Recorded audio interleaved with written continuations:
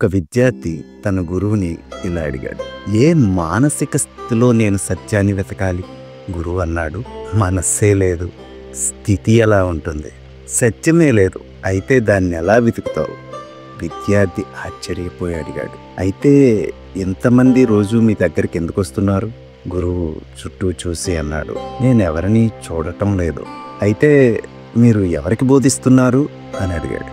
గురువు నవ్వుతూ అన్నాడు, నాకు నాలుకే లేదు, నేనెలా బోధిస్తాను? విద్యార్థి అయోమయంగా, నాకు అర్థం కావడం లేదు. గురువు ప్రశాంతంగా అన్నాడు, నాకు అర్థం కాదు. ఓషో చెప్పిన అర్థం ఏంటంటే, జీవితం ఒక రహస్యం, దానిని ఎవరూ పూర్తిగా అర్థం చేసుకోలేరు.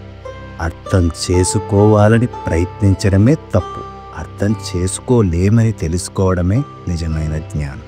మనస్సు అనేది నిజం కాదు, అది ఆలోచనల సమూహం మాత్రమే. ఆలోచనలు ఆగినప్పుడు మనస్సు లేదు అనే నిజం తెలుస్తుంది. సత్యం కూడా వెతకాల్సింది కాదు, ఎందుకంటే సత్యం బయట కాదు, మనలోనే ఉంది. వెతకడం అంటే భవిష్యత్తులో ఏదో దొరుకుతుందని ఆశించటం, కానీ సత్యం ఇప్పుడే ఇక్కడే ఉంది. శోధన మానేసినప్పుడు మాత్రమే మీరు దానిని అనుభవిస్తారు. శోధించేంత వరకు దానిని మీరు తప్పక మిస్ అవుతారు.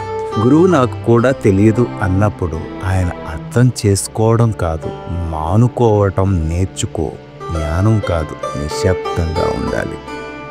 మనస్సు లేదు, ఆలోచనలు మాత్రమే ఉన్నాయి.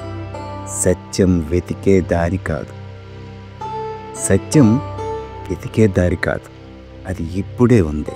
శోధన ఆపితే సత్యం మీలోనే వెలుగుతుంది.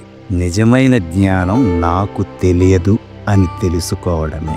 శోధించకు, నిశ్శబ్దంగా ఉండు, సత్యం నీలోనే ఉంది.